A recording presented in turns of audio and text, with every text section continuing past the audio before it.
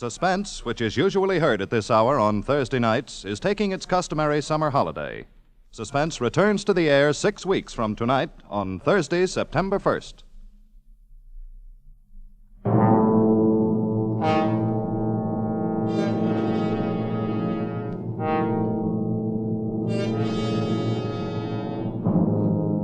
You are hanging by your fingertips on the sheer face of an icy cliff, suspended 1,000 feet above instant death, with your strength running out, and with no chance for escape.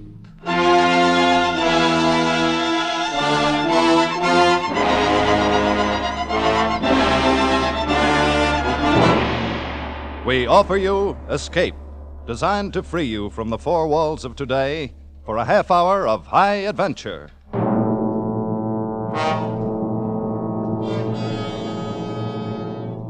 Tonight, we escape to the cold loneliness of a glacier high in the Swiss Alps, and to a man who learned much about death, as C.E. Montague tells it in his famous story, Action.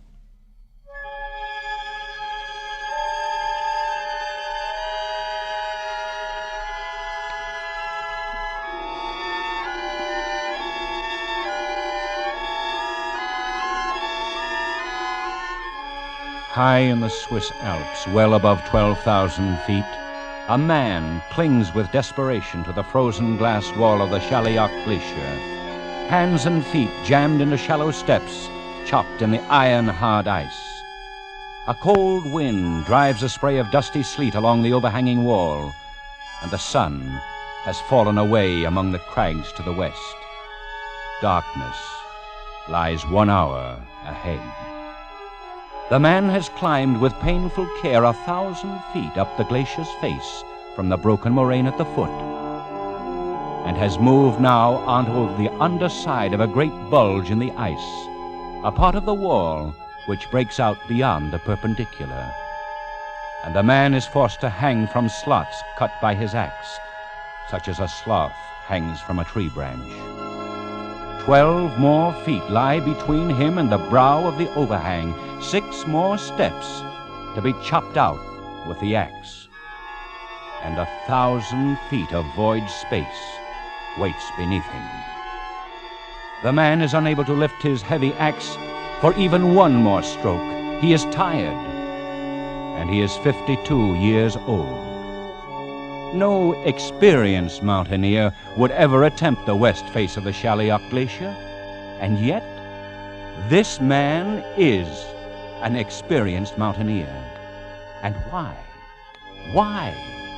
What strange events have conspired to bring him along the path of his life and leave him hanging now, in peril, on the brink of eternity? Through what shadows has that path led him? And where are those who saw him pass? Can we ourselves move along it? Move back step by step against the river of time? Move backward along the life path of Christopher Bell?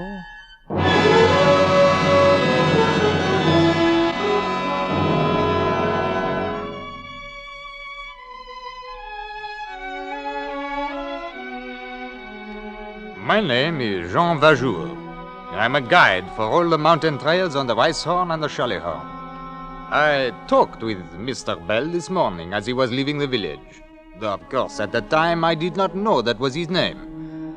The season is over, you understand. Winter will come in another week or two, and most all the visitors are gone. So, you see, I was very surprised to hear a stranger call out to me in English. Hello there.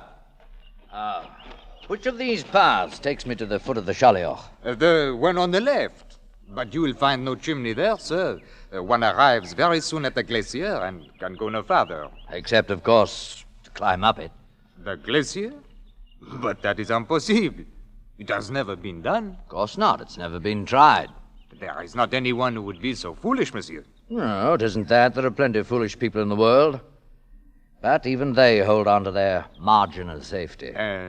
Margin of safety? Yes. The difference between the point where a man thinks he's reached his limit and the point where that limit really is. I'm afraid I do not understand this. All right. Take a mountaineer such as yourself. Uh-huh. You look at a slope and you estimate the effort needed to climb it. Yes. Then you estimate your own endurance. And if there isn't a good size safety factor, just don't make the climb. But it would be foolish not to do so. I dare say. Oh, it's all tied up in the fear of death. You take that out of a man for one instant, there's no telling what he might be able to do, or what limit he might reach. Well, and how should a man lose that fear? He can't. He can't lose it. It has to be done for him, by things outside.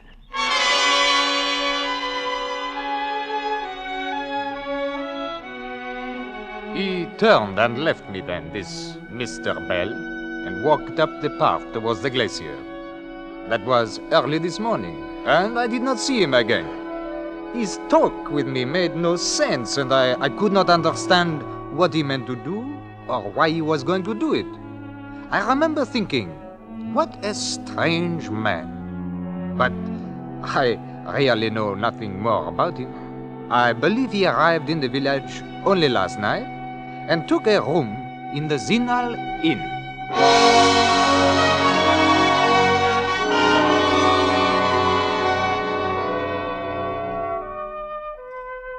My name is Greta de Gaspard, and I am staying out the week here in Zinal to close up the inn for the winter. I have known Mr. Bell for the last 30 years. Always before he came in the summer season for the climbing, and I was most surprised when he arrived last night.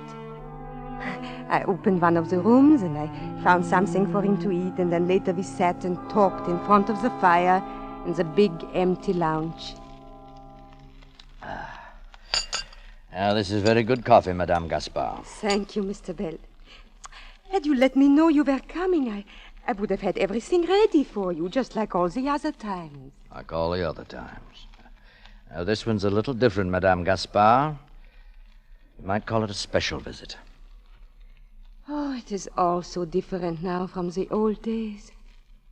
Then it was you and your madame would come here, and it was Gaspard and I. And the summers seemed to last forever. I thought everything would last forever when she was alive. Now I'm really alone in the world. As am I. And it is not good to be alone. It gives one no reason for living. But there may be stronger reasons for not wanting to live. Is there something troubling you, Mr. Bell? No, not now. There may have been, but not now. Well, I shall be leaving quite early in the morning for a climb, so I think I'll go on to bed. Good night, Madame Gaspard. Mr. Bell left the inn this morning before I wakened, and I have not seen him again. I have never known him to act so strange before. I have no idea what the reason is or what he may be planning to do, but I am sure something is troubling him. Perhaps it may be something connected with his business in London.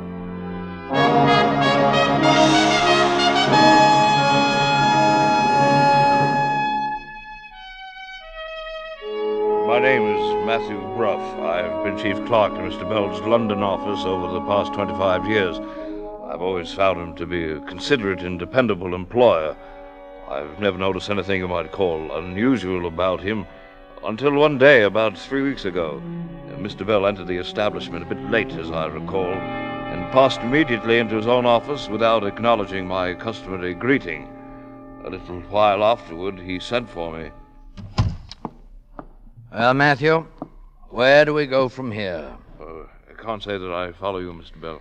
I mean the company's on a steady footing, so if we use our heads at all, we don't stand much chance of losing anything. Yes, our position is quite secure. On the other hand, we can't expect to do any more growing. We're through expanding.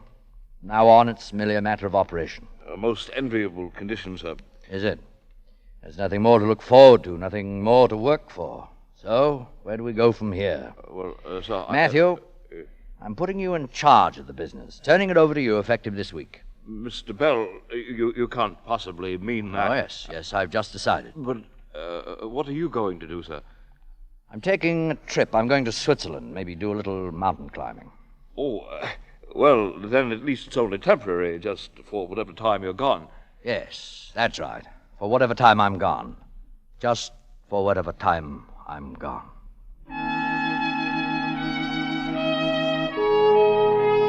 Before the end of the week, he had arranged all the necessary papers and had left London. I haven't heard a word from him since, though I presume he's somewhere in Switzerland. Actually, however, I haven't the faintest idea where Mr. Bell may be right at this moment.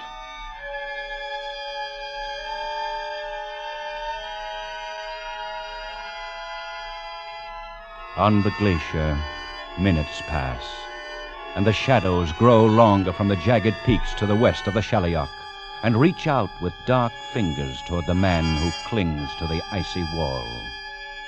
The man's thoughts have grown as unwieldy as the heavy ice axe gripped in his hand. He keeps trying to remember that he is Christopher Bell, a human being, and not a part of this free and empty space.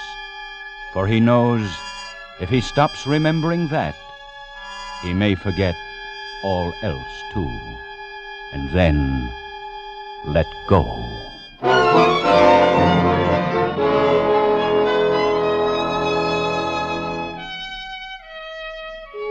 There's been no reason for trying to locate Mr. Bell, since nothing of any importance has occurred during these 3 weeks. I'm sure he's quite all right. Only one thing still puzzles me a bit. The remarkable change in him on that morning 3 weeks ago. I never heard him talk like that before. And whatever the reason for it, I'm quite sure it was something that happened that morning before he came to the office.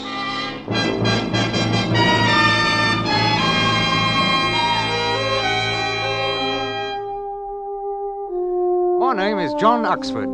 I've been a conductor on the Westminster route for some 14 years now. And during all that time, Mr. Bell has been a daily passenger of mine on the early morning inbound run. As I recall it, the first time anything you might say, well, out of the way ever happened between us was one morning about 3 weeks ago. I saw Mr. Bell waiting at the usual place, so I signalled the driver to a stop. Good morning. Good morning, Mr. Bell. I'll be right there. Yeah, now let me come down and help you up, sir. No, I'll make it. If you'll just take my arm, Mr. Oxford. My arm, please. But I have taken it, Mr. Bell. Oh, yes, of course. I'm sorry. Here. Up we go. There we are, sir. Oh, thank you. I had a bit of a shock this morning. I'm quite all right now. Well, if it's all right now, then it's fine, I'd say.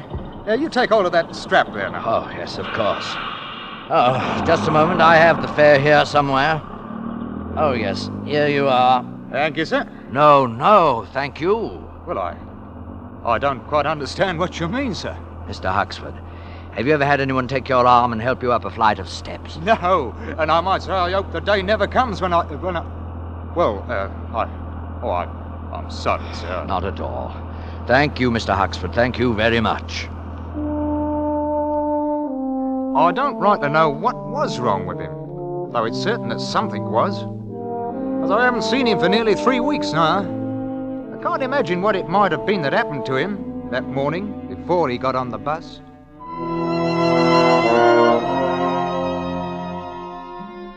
My name is Jenkins, and I've been Mr. Bell's personal valet for the past 12 years and 7 months. The master is traveling somewhere on the continent just at present. Been gone something over 2 weeks now. Decided rather suddenly, I believe. In fact, I rather think something happened one morning about 3 weeks ago that caused him to make up his mind, though I really haven't the faintest idea what it might have been. I can remember noticing a very strange look on his face when he came down to breakfast that morning, but I thought nothing of it at the time. Good morning, Jenkins. Good morning, sir. I trust you had a pleasant night's rest. Oh, yes, I did. Thanks, Jenkins. You'll be having the usual orange juice, toast? No. I want nothing except some coffee. Very well, sir. I'll bring it right away. I can't let him find out. I can't let anyone find out about it. Maybe it's a little better now. Maybe it's going away. Maybe I'm giving it too much importance. No, it's still there, that same lack of feeling, clear down the whole right side of my body. There. I can move my arms, my leg, all right. There's no feeling in them. They're numb. It's simply that at 52 years of age, I've had a light stroke. Your coffee, sir. Oh, thank you, Jenkins. Would you care for something more, sir? No, that's all.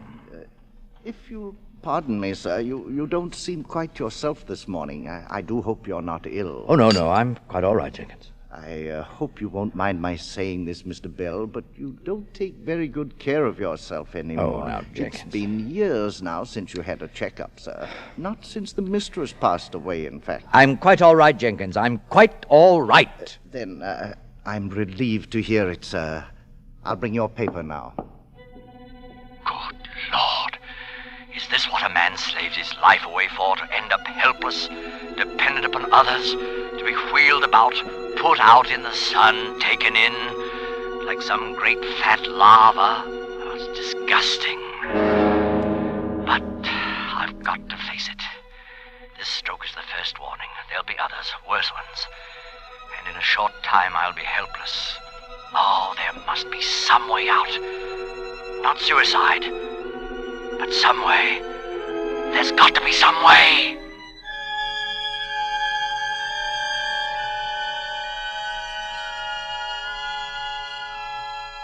The icy wall hardens into cold, vitreous steel as the dusk-born shadows chill its surface. The merciless ice is beginning to freeze the cramped joints of the man's fingers now, and the heavy axe swings idly at his belt, tracing a fumbling pattern on the thin air of the void. How much longer now can he cling to those slots in the glacier's face?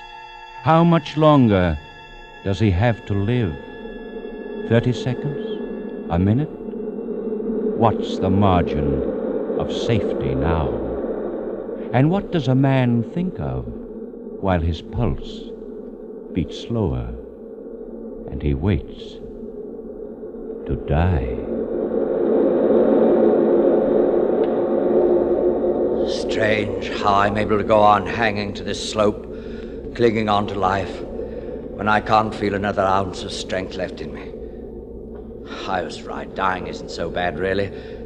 Not when it's like this. It's rather pleasant, in fact. It looks so soft down there, the shadows and the snow, and the wind. Perhaps I could let go and float out in the wind like an eagle, be blown along by it like drifting snow. The sun's gone now. It'll be full dark in a few minutes. Maybe I can hold on that long, till everything is dark, even the snow and the ice. And who knows? Perhaps I'll watch the sunrise tomorrow and set again. And even beyond... Oh, no. I can't last even one full minute longer. I'm through. I'm finished. I can't even last a half minute. Chips of ice sliding over the edge. Funny how a glacier sheds off that way. I suppose the difference in temperature between day and... Wait. An ice axe. That was an axe. No other sound in the world like it. Fell from up above the overhang there. There must be somebody up there on the slopes, coming down from the top.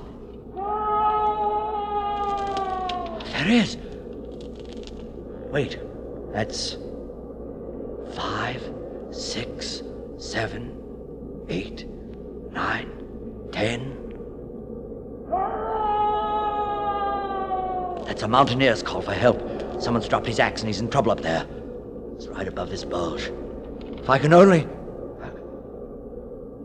No. Throat's too dry. Well, 6 more steps to cut to reach the edge there. All right. 6 more steps.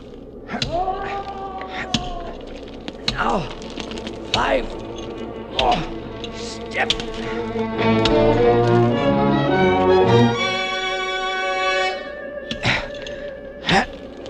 Just about does it. The last step. Hey, cut the rope and let me go.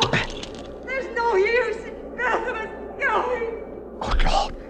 It's a woman. Hold on there. I'll be with you in a minute. Hey, somebody's coming. There's someone down here. Now, over the edge.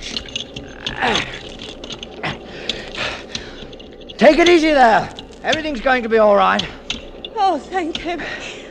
I don't know where you came from, but thank heaven you're here. Here. Easy now. Let's get a step out for your feet here. I was just below the overhang there. Heard the fellow up above call out. He's got quite a voice on him. It's my husband. Oh, please, hurry. Easy now. Have a step out here in a second. You can put your feet on it. You get your breath. Then we'll tackle the slope. There now. That's it. I'll just scrape some of this ice away. Easy there. Oh, that's better, isn't it? Oh, yes. Oh. You're all right now. You just lean there. And when you feel like it, we'll go on up. Oh, my name is Christopher Bell, by the way. I'm Anna Gollan. Oh, thank you. I thought we were done. I was cutting steps down ahead in the slope, and I slipped and dropped my axe. The rope held me, but neither of us dared to move. Well, you're all right now. As soon as you rest a minute, we'll cut some more steps back up the slope. You shouldn't have started down this way. You'd never have been able to pass that bulge. Yes, I can see that now. Of course, it's harder to tell when you're moving downslope. Yes, I suppose it is. You were coming up the slope, weren't you? Yes, I came up from the foot. Alone and without a rope, and you deliberately climb onto the underside of an overhanging wall. Let's just say we're both foolhardy.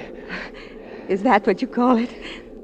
Well, if you've got your breath back now, suppose we start up the slope. Yes.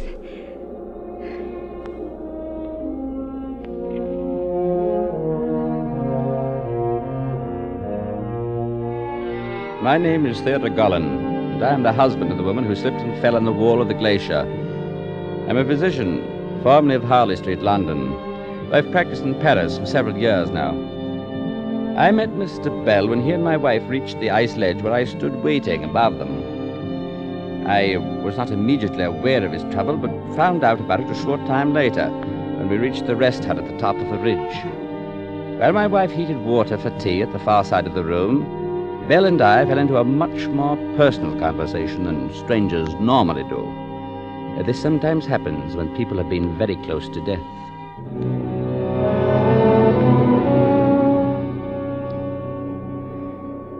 Well, at any rate, Dr. Gollan, you can see how it is. The life of an invalid doesn't seem very appealing to me. Tell me something, Mr. Bell. Yes? I gather you were pretty well done in when I called out there in the glacier. Couldn't lift a hand. Then how do you account for being able to chop 6 steps into that ice in a matter of some 5 minutes? I don't know exactly. I was through. I couldn't have lasted 30 seconds more. But when I realized somebody was in danger, I forgot about it. And this numbness, this lack of feeling in your right side, didn't bother you? No, I didn't notice. It isn't quite so bad even now. There's your answer, Mr. Bell. I don't believe I follow you. Action. When you were in action, working because you had a reason, living because you had to, because somebody was depending on you, then you were all right. Everything was back in its place again. Perhaps. But a man can't spend all his time climbing up a mountain. Oh, I don't mean physical action, movement. Call it incentive if you like. Maybe that's a better way to put it. Incentive, eh? It's the one top pressure that keeps life moving and growing. And it's what you need. Well, it's an interesting theory, Doctor. But it's only a theory, I'll have the tea ready in a moment. Anybody interested? I am, my dear. Lucky we brought it. If no one minds, I believe I'll have a turn outside while we're waiting. Be careful out there in the dark. The ridge breaks off pretty sharply here. Oh, I'll be careful. Dr. Gollan, if things were turned around, I wonder if it'd be any more than just a theory to you.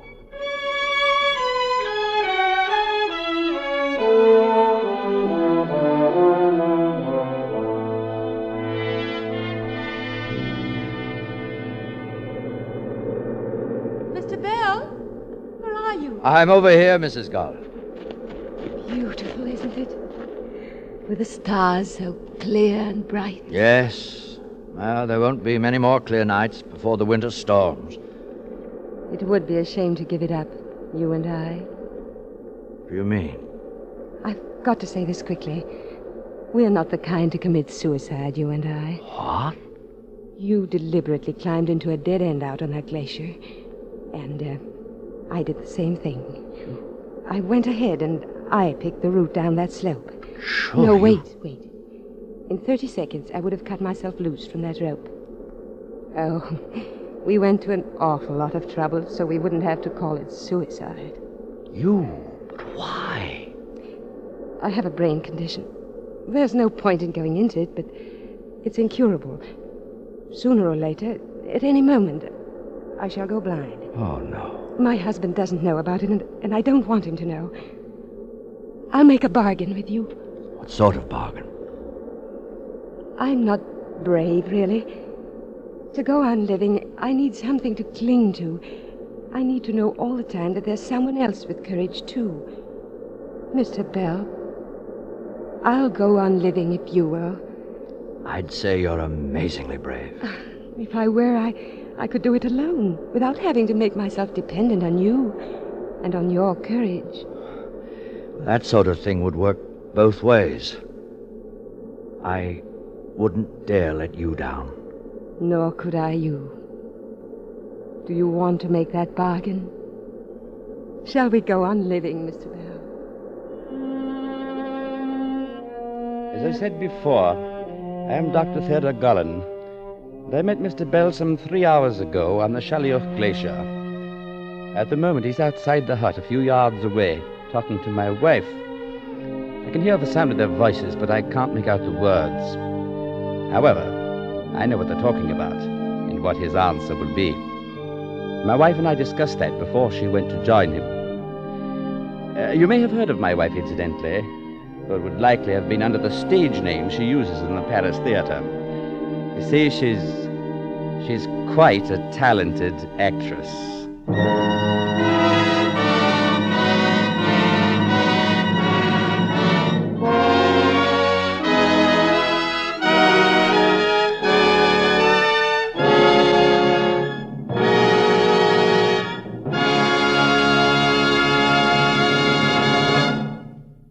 Escape is produced and directed by Norman MacDonald.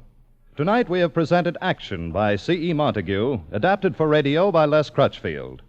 Featured in the cast were Joseph Kearns as Mr. Bell, with Maria Palmer, Wilms Herbert, Ben Wright, Jeff Corey, Tudor Owen, and Bill Johnstone. Special music arranged and conducted by Wilbur Hatch.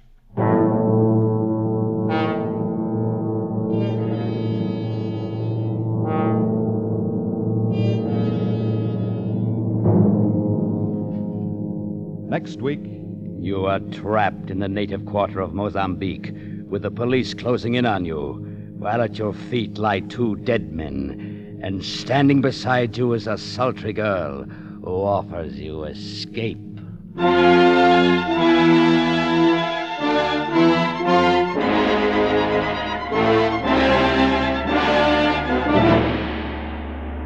Next week, we escape with a gripping story by Percival Gibbon entitled Second Class Passenger. Be with us next week at this same time when once again we offer you Escape.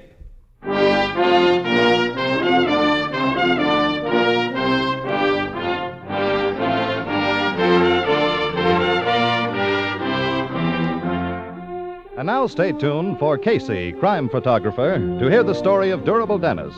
It'll be along in just a few moments on most of these same CBS stations. This is Tip Corning speaking.